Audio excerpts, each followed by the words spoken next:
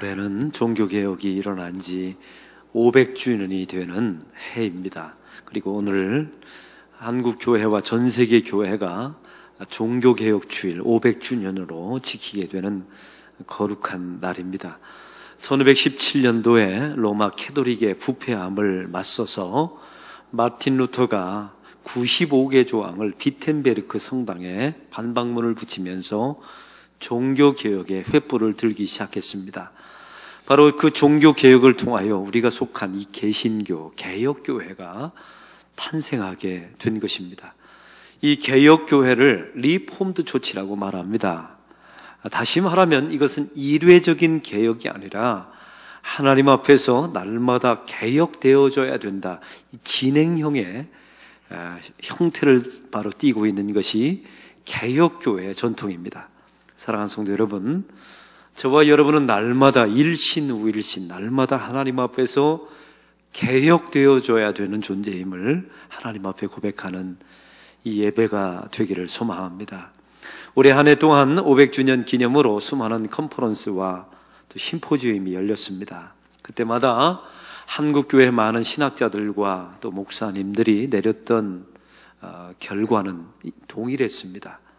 16세기 1517년도에 일어났던 종교개혁 당시의 로마 캐톨릭 교회와 지금 한국교회의 현실이 너무나 똑같다는 것입니다.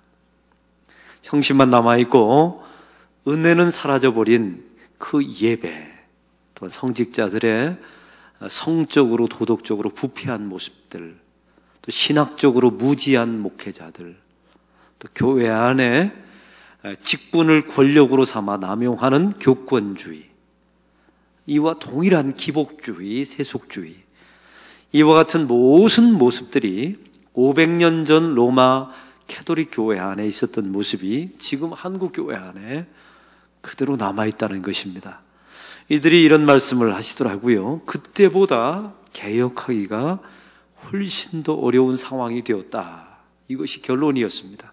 사랑하는 성도 여러분, 이 조국의 교회를 어찌하면 좋겠습니까?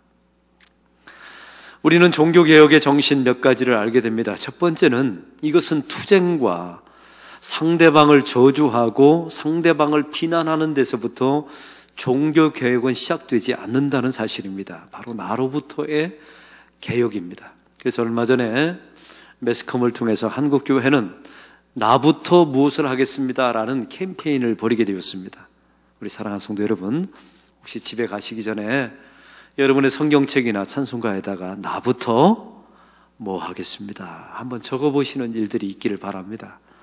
세상을 향한 돌을 던지는 것, 세상을 향한 비난과 정죄와 분노를 통해서 개혁을 이루어지는 것은 아니랍니다. 바로 나로부터 내가 하나님 앞에 엎드리고 내가 하나님 앞에 진실하게 서게 될 때 개혁은 이루어진다는 사실이죠. 또 한 가지 개혁의 정신은 바로 복음으로 돌아가는 것입니다. 여러분, 종교개혁가들의 3대 슬로건을 기억하십니까? 솔라 피데, 오직 믿음으로, 솔라 그라시아, 오직 은혜로, 솔라 스크랍투라, 오직 성경으로. 이 세 가지 슬로건을 외쳤습니다. 이 세 가지 슬로건을 하나로 합친다면 오직 예수로입니다. 한번 따라해 봅시다. 오직 예수로. 이 오직 예수로라는 단어를 다른 말로 바꾼다면 오직 복음으로라는 단어로 우리가 사용할 수가 있습니다. 오늘 말씀을 통하여 그러면 그 복음이 무엇입니까? 복음을 알아야 복음으로 돌아갈 것 아닙니까? 오늘 사도 바울의 여정을 통해서 이 복음의 본질을 좀 깨닫게 되기를 바랍니다. 사도 바울은 3차 전도여행을 마치고 지금 예루살렘 교회에 들어가게 되었습니다. 이제 체포당하게 되고 이제 로마로 압송당하게 되죠. 사도 바울은 로마에 들어갔을 때 유대인들에 의해서 모함과 오해를 받았습니다. 그래서 수많은 구타를 당하게 되죠. 여기는 두 가지 이유가 있었습니다. 첫 번째는 사도 바울이 율법을 지키지 말라라고 말했다는 오해와 모함 때문이었습니다. 사랑하는 성도 여러분, 사도 바울은 율법을 지켰습니까? 안 지켰습니까? 지켰습니다. 안식일을 지켰고 유대인들의 율례를 또한 절기를 다 지켰습니다. 그리고 자기의 제자인 디모데에게 할례를 하라고 직접 말한 사람이 바로 사도 바울이었습니다. 왜 사도 바울은 율법이 구원의 조건이 아니었음에도 불구하고 율법을 지켰을까요? 성경은 말합니다. 유대인을 얻기 위해서랍니다. 이게 첫 번째 오해였습니다. 두 번째는 사도 바울이 예루살렘에 들어갈 때 이방 사람 드로비모를 데리고 들어갔습니다. 그런데 유대인들이 오해한 겁니다. 예루살렘에 들어갔지 사도 바울이 성전에 이방인을 데리고 들어간 건 아니었거든요. 근데 유대인 사람들이 바로 이방 사람 드로비모를 사도 바울이 성전에 들여보냈다, 이렇게 모함을 하게 된 것입니다. 그래서 유대인들이 사도 바울을 죽도록 구타했어요. 예루살렘 바로 이 도시 안에서 말입니다. 이 모습을 지켜봤던 천부장, 로마의 천부장이 이 사도 바울을 결박해서 쇠사슬을 채워서 데리고 가게 됩니다. 유대인들이 데려오면서 계속 구타하자마자 이 천부장이 사도 바울을 높은 계단에, 더 이상 때리지 못하도록 높은 계단에 사도 바울을 올려놓게 됩니다. 이게 오늘 본문의 외적인 상황이었습니다. 이때 사도 바울은 이 천부장에게 정중하게 고급 헬라어를 쓰면서 말합니다. 내가 당신에게 한 말씀 올려도 되겠습니까? 나에게, 저 유대인들에게 간증할, 말할 수 있는 기회를 달라고 부탁합니다. 이 천부장이 바로 그 부탁을 듣고 사도 바울을 계단 높은 곳에 올려놓고 말할 수 있는 기회를 줍니다. 이게 간증할 수 있는 기회, 설교할 수 있는 기회를 준 거예요. 사랑하는 성도 여러분, 이 사도 바울은 하나님의 복음을 전하기 위해서 예루살렘에 입성했습니다. 그 수많은 자기의 제자들의 만류에도 불구하고 나는 주의 복음을 전하다가 죽을지언정 나는 복음을 전한다는 각오를 가지고 예루살렘에 올라오게 되었죠. 근데 그 예루살렘에서 사도 바울은 구타를 당하고 오해와 모함을 당합니다. 사랑하는 성도 여러분, 진실된 사람은 살다 보면 오해를 받게 되어 있습니다. 창조적인 사람, 시대를 앞서가는 사람 치고 오해를 받지 않은 사람은 없었어요. 예수 믿으려면 오해를 각오하셔야 합니다. 모함 받아도 됩니다.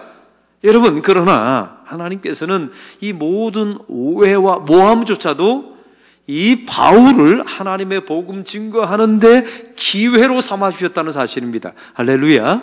우리 하나님은 선만 사용하시는 게 아니에요.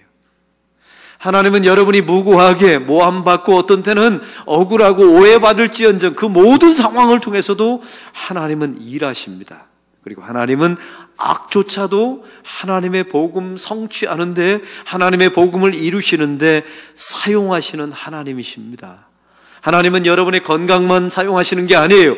여러분의 질병조차도 하나님의 도구로 하나님의 역사, 여러분을 연단하고 여러분을 바꾸고 여러분을 갱신하고 개혁하는데 하나님이 사용하시는 줄로 믿습니다. 여러분이 이렇게 폭넓게 선과 악을 받아들이셔야 합니다. 오늘 말씀에 보면 사도 바울을 통해서 오늘 역사하시는 하나님의 손길을 보게 됩니다. 여러분, 복음으로 돌아가라는 이 말씀 속에서 사도 바울의 인생을 보십시오. 이제 사도 바울이 간증하게 됩니다. 이렇게 간증하게 되죠. 나는 유대인 중에 유대인이었습니다. 나는 가말리엘 문화에서 공부한 석학입니다. 나는 태어나기는 길리기아 다소에서, 지방에서 태어나지만 생활은 예루살렘에서 했습니다. 나는 율법의 엄격한 교육을 받았습니다. 너희 모든 사람들처럼 나는 하나님에 대하여 열심인 사람이었습니다. 이렇게 이제 설교를, 간증을 시작합니다. 여러분, 이 말씀을 보면 사도 바울이 또 자랑하는가 보다 이렇게 생각하는데, 오늘 본문은 사도 바울이 자랑하는 내용이 아니에요. 오히려 자신의 치부와 자신의 허물을 드러내기 위해서 하는 말입니다. 여러분, 이게 무슨 말이었을까요? 나는 형식은 완벽하게 지키는 사람이었습니다. 그러나 하나님을 사랑하는 사람, 이웃을 사랑하는 그 율법의 정신은 지키지 않는 사람이었습니다. 나는 껍데기였습니다. 나는 하나님 앞에서 열심은 부렸지만 그것은 결국 나의 유익을 위해서, 나의 의의를 위해서 살아왔던 나의 자기 숭배주의자에 불과했던 것입니다. 나는 율법을 온전히 지킬 수 있다라고 말했고 나는 온전히 지켰다라고 사람들 앞에서 말했습니다. 그러므로 나는 스스로 의인이라고 생각했지요. 그러므로 나는 죄를 대속하기 위해서 이 땅에 오신 예수 그리스도 대속자를 나는 받아들일 수가 없었습니다. 그리고 그를 죽이는데, 그를 살해하는데 나도 동조했던 사람에 불과합니다. 여러분, 이 말을 하고 싶었던 겁니다. 사랑하는 성도 여러분, 중세 캐토릭과 이 사도 바울과 오늘의 한국교회가 너무 비슷하지 않습니까? 나는 학식도 갖췄습니다. 나는 배울 대로 다 배웠습니다. 율법에 대해 엄격합니다. 주일이면 교회 나왔습니다. 나는 행위를 통해서 그리스도인처럼 살아보려고 노력했습니다. 그러나 그 안에 형식만 남아있고 은혜는 사라져버린, 이 말을 하고 싶었던 겁니다. 나는 직분인으로서 그리스도인으로 세상 속에 살아가고 있지만 하나님 앞에서 살지는 않았습니다. 다시 말하면 나는 사람을 의식하고 하나님 앞에 진실되게 서지는 않았습니다. 그러므로 나는 위선을 부릴 수밖에 없었습니다. 이 말을 하고 싶었던 겁니다. 자신의 행위를 자랑하고, 여러분 보세요. 이 당시에 율법주의의 도식이 무엇입니까? 나는 지극정성을 다했습니다. 율법에 엄격했고 당신들처럼 하나님에 대하여 열심을 냈던 사람입니다. 그래서 그 하나님의 마음을 감동시켜서 내가 원하는 것을 하나님께 원해서 얻어내었고, 그런 사람들의 마지막 결론은 무엇입니까? 내가 기도해서 내가 열심을 내서 하나님께서 나에게 주셨다라고, 하나님이 주셨다는 것을 강조하는 게 아니라 내가 열심을 냈기 때문에 얻은 것이라고 자기를 자랑하고 자기를 높입니다.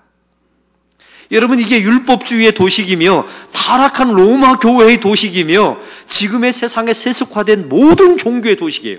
나의 지성과 열심을 통해서 신의 마음을 감동해요. 그래서 내가 원하는 것을 구해서 얻어내요. 이건 기독교가 아닙니다. 이건 불교입니다. 이건 로마 캐토릭 교회가 아니었던 겁니다. 이건 예수님을 죽였던 살해범이었던 율법주의자들이 지켰던 교회의 행태였던 겁니다. 이런 유대인들과 이런 캐토릭, 이런 현대 교회들, 이 성도들의 결과가 무엇입니까? 사도 바울의 인생을 보십시오. 결국 예수 믿는 사람을 이렇게 간증합니다. 내가 예수 믿는 사람들을 체포하려고 추격했습니다. 그들을 체포해서 그들을 결박해서 감옥에 가두었죠. 나는 복음을 핍박했던 사람입니다. 이렇게 결론을 짓습니다. 열심을 냈지만 결국은 나는 하나님의 아들을 핍박했던 사람입니다. 나는 예수님을 십자가에 죽였던 내가 바로 살해범입니다. 이 말을 말하고 싶었던 겁니다. 여러분, 사랑하는 성도 여러분, 얼마나 황당했을까요?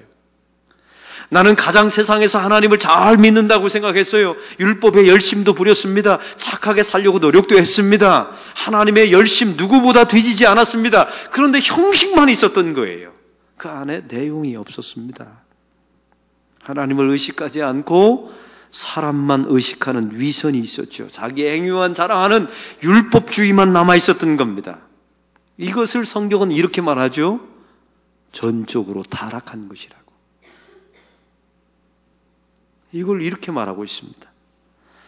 사랑하는 성도 여러분, 복음으로 돌아가는 것은 무슨 의미입니까? 바로 복음의 시작이 무엇인지를 잊지 말라는 것입니다. 복음의 시작은 내가 하나님 앞에서 전적으로 타락한 존재임을 인정하는 겁니다. 여기서부터 종교개혁이 시작되는 거예요. 남을 향해서 돌을 던지고 비난하고 항거하고 투쟁하고 촛불을 들고, 여러분, 이런 데서부터 개혁이 이루어지는 게 아닙니다. 가장 중요한 것은 나로부터 나의 죄악을 깊이 하나님 앞에 고백하는 순간부터 개혁은, 종교개혁은 시작되는 것입니다. 제가 얼마 전에 설교 컨퍼런스를 참여한 적이 있습니다. 우리나라 최고의 설교가이신 지구촌교회 원로 목사님이신 이동원 목사님이 강의를 하셨어요. 제가 그 강의 끝마무리 부분에 이제 손을 들고 질문했습니다. 목사님, 올해가 종교개혁 500주년인데 한국교회가 복음으로 돌아가야 된다고 우리가 순위는 많이 칩니다. 그러면 복음적인 설교는 무엇입니까? 우리가 그토록 복음으로 설교하라, 복음적 설교에 대해서 말하고 있는데 이 복음적 설교가 무엇입니까? 제가 한마디로 정의해달라고 부탁을 드렸어요. 확실히 오래 목회하시고 한국교회에 가장 존경받는 목사님들은 다르긴 다르시더라고요. 딱 한마디 했는데 이랬습니다. 설교를 할 때, 설교를 준비할 때 사람은 타락한 존재라는 이 기본을 전제로 하고 설교를 해야 된다는 거예요. 목사도 마찬가지입니다. 내가 의인인 척 설교하지 말고 내가 하나님 앞에 전적으로 타락한 존재임을 하나님 앞에 까발겨놓고 하나님 앞에 고백하고 하나님 앞에 엎드려서 설교를 시작하라는 거예요. 그게 복음적 설교를 합니다. 기독교의 모든 복음으로 돌아가라는 것은 예수 그리스도의 구원, 하나님의 놀라운 하나님의 은총을 말하기 전에 우리가 얼마나 그 은총을 받을 만한 자격이 없는지, 우리가 얼마나 내부적으로 타락하고 얼마나 내부적으로 부패한 사람인지를 형식만 남아있고 내용은 없고 자기 의만 자랑하고 하나님 앞에 위선 떨고 이것을 철저하게 고백하는 이 전제로 설교를 하면 이게 복음적 설교가 된다는 겁니다.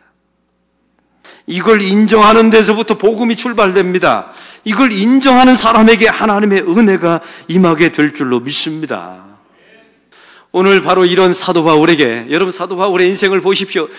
율법적인 최선을 다했지만 결국은 예수님을 살해하는 살해범의 길을 걸어갑니다. 자기 자신도 모르게 말이죠. 네, 오늘 성경에 이 사도 바울이 이런 고백을 합니다. 나는 예수 믿는 사람을 잡아 죽이려 다메스커스로 올라가고 있었습니다. 그런데 큰 빛 가운데 주님께서 나에게 나타나셨습니다. 그리고 그 주님이 나에게 이렇게 물으셨습니다. 사울아, 사울아. 사랑하는 성도 여러분, 이 사울아, 사울아 이 두 단어는 친밀한 사람에게 부를 때 유대인들의 언어 습성이에요. 그러니까 주님께서 나는 너를 증오한다, 나는 너에 대해서 분노한다, 나는 너에 대해서 실망했다 이렇게 말한 게 아닙니다. 사울아, 사울아, 네가 어찌하여 나를 핍박하느냐, 이렇게 물으시죠. 이때 사도 바울이 뭐라고 말합니까? 내가 어찌하여 주를 핍박하였나이까? 맞죠. 내가 핍박한 줄도 모르고 핍박해요. 우리가 죄인인 줄도 모르게 죄인의 길을 걸어갑니다. 이때 주님께서 말씀하십니다. 내가 핍박하는 예수라라고 말합니다. 그리고 그 자리에서 큰 빛 가운데 사도 바울은 꼬꾸라집니다. 도망갈 수도 없고 피할 수도 없는 맹인의 상태로 들어가게 됩니다. 사랑하는 성도 여러분, 바로 여기에 복음의 두 번째 과정이 있습니다. 하나님께서 만세전부터 사랑하시고 예정하신 사람은 우리 주님께서 끝까지 추격하셔서 그를 덮치십니다. 그리고 큰 빛 가운데 나타나시죠. 왜? 저 같으면 벼락과 번개로 나타날 텐데, 아니면 한번 당해봐라 하고 큰 우박으로 때릴 텐데, 왜 우리 주님은 빛 가운데, 큰 빛 가운데 정오 12시에 나타났을까요? 여기는 몇 가지 이유가 있습니다. 첫 번째 이유는 이 정오라는 것은 세상의 가장 밝은 빛을 상징하는 게 태양 아닙니까? 근데 그보다 더 큰 빛으로 우리 주님이 나타나셨어요. 왜요? 우리 주님이 나타나면 세상은 다 어둠이 되는 겁니다. 지금까지는 세상의 돈의 가치, 명예의 가치, 세상의 힘의 가치가 태양이었어요. 그런데 예수님을 만나면 예수님이 우리의 유일한 태양이 되시고 빛이 되시고 세상의 모든 가치는 다 어둠이 되는 겁니다. 이 놀라운 경험이 나타나는 거고요. 또한 두 번째는 이사야 6장에 보면 이사야를 부르시는 장면이 나옵니다. 그 부르심의 장면이 이 장면과 똑같아요. 하나님의 강력한 빛 가운데 하나님의 영광이 드러나게 됩니다. 이때 이사야가 이렇게 말합니다. 내가 말하되 화로다 나로 망하게 되었도다. 나는 입술이 부족한 사람입니다 라고 고백합니다. 이사야는 단 한 번도 이런 고백한 적이 없어요. 하나님의 영광이 하나님의 부르심 가운데 강력하게 나타나자 나로 망하게 되었도다. 화로다, 재앙이로다.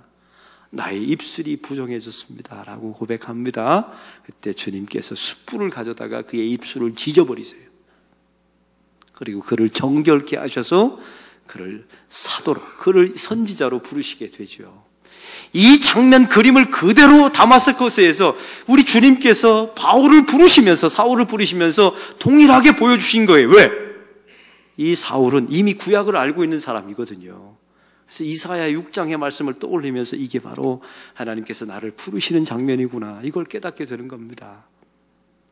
또한 우리 주님께서 큰 빛으로 나타나신 세 번째 이유가 있습니다. 이 사울은 자기 자신을 단 한 번도 어둠이라고 생각한 적이 없어요. 근데 강력한 빛 가운데 나타나시자 사울의 눈을 멀게 하셨습니다. 왜요? 이제 봐라, 네가 어둠이다. 너의 열심과 너의 위선과 너의 자랑을 위해서 살아왔던 너의 모든 인생이 봐라, 이게 어둠이다. 이걸 말씀해 주시고 그를 꼬꾸라뜨리십니다. 저항할 수 없는 사람으로 만들어 놓으시죠. 이게 하나님의 복음입니다. 사랑하는 성도 여러분, 성도는 그러므로 오늘 세 번째 과정으로 11절에 들어갑니다. 사람의 손에 끌려 내가 다메스커스로 들어갔다라고 말합니다. 지금까지는 자기의 힘과 노력과 의지를 가지고 살아왔죠. 이제는 눈이 멀어서 내가 할 수 있는 것이 아무것도 없어진 거예요. 이제는 사람에 의해서 끌려서 다메스커스로 들어갑니다. 이게 성도의 복음의 인생이에요. 저는 목회를 하면서 나이가 52살이 되면서 한 가지 깨달은 게 있습니다. 점점 시간이 지나면서 내가 하는 게 아니구나, 이런 걸 알게 되고요. 내가 열심, 하나님 빼놓고 하나님 앞에서 살지 않는 나의 열심은 결국 안 좋구나. 내 안에 계신 하나님께서 끌고 가시면 끌려가야 되는 것이 맞구나. 이걸 점점 깨닫습니다. 여러분 보시기에 제가 좀 철이 드는 것 같습니까? 아니면 망가지는 것 같습니까? 어떻게 생각하세요, 여러분은? 여러분, 나이가 들면서 고집센 노인으로 바뀌는 사람들이 얼마나 세상에 많습니까? 자기 의지, 자기 생각, 자기 감정. 근데 성경은요, 그렇게 말하고 있지 않아요. 복음을 접한 사람들은 자기의 전적인 타락을 말하고 하나님의 추격과 그의 덮치심에 불가항력적인, 저항할 수 없는 존재로 바뀌고, 그 다음에는 끌려다니는 인생, 성령께서 이리로 가라면 가고 저리로 가라면 가고 서라면 서고, 이런 인생으로, 순종적인 인생으로 바뀝니다. 이게 복음으로 돌아가라는 이야기입니다. 오늘 사도 바울의 설교를 보십시오. 이렇게 말합니다. 1절에 보면 부용들아라고 말합니다. 나를 지금으로 때리는 유대인들을 향하여 나의 아버지들아 라고 말합니다. 어디에도 분노와 어디에도 원망과 어디에도 증오가 없어요. 왜냐하면 복음을 전하는 사람들은 본래 복음다운 방법으로 전해야 되거든요. 세상을 바꾸는 사람들을 보십시오. 그들은 수많은 저항과 칼과 창으로 합니다. 여러분, 이래서 세상이 바뀐 적이 있나요? 그것은 다시 보복으로 돌아옵니다. 그러나 눈물로, 은혜로 나의 아버지들아, 사울아 사울아 이렇게 친근하게 부르셨던 그 주님의 음성처럼 이렇게 세상을 향하여, 교회를 향하여, 자기 자신을 향하여 나갈 때 사람은 그제서야 바뀌는 겁니다. 그리고 성령께서 함께 하시면 나의 부패하고 타락한 모든 존재가 벌거벗겨집니다. 그리고 여러분이 안으로도 여러분 안에 계신 성령께서 여러분을 울게 하십니다. 사랑하는 성도요, 어떤 교인들은 일평생 예수를 믿으면서 이런 경험이 있다는데 왜 어떤 교인들은 이런 경험이 없을까요? 하나님 앞에 기도하세요. 하나님, 제가 이 일을 못 해냅니다. 내 안에 계신 성령께서 나의 모든 죄악을 드러내는 탄식 있게 하옵소서. 그래야 병도 낫고, 그래야 여러분의 마음의 상처도 치유되고, 그래야 교회도 회복되어지고, 여러분의 가정도 온전하게 될 줄로 믿습니다. 그리고 주님께서 끝까지 추격하셔서 결국 여러분을 덮치셔서 여러분을 만들어내시는 그 하나님의 은혜, 여러분의 모든 인생과 삶을 맡기십시오. 그럴 때 이 복음다운 하나님의 백성으로 돌아가는 역사가 일어나게 될 것입니다. 이게 복음의 능력입니다. 이런 복음의 능력이 한국교회 안에, 저와 여러분의 삶 속에, 가정 안에 일어나기를 주의 이름으로 축원합니다.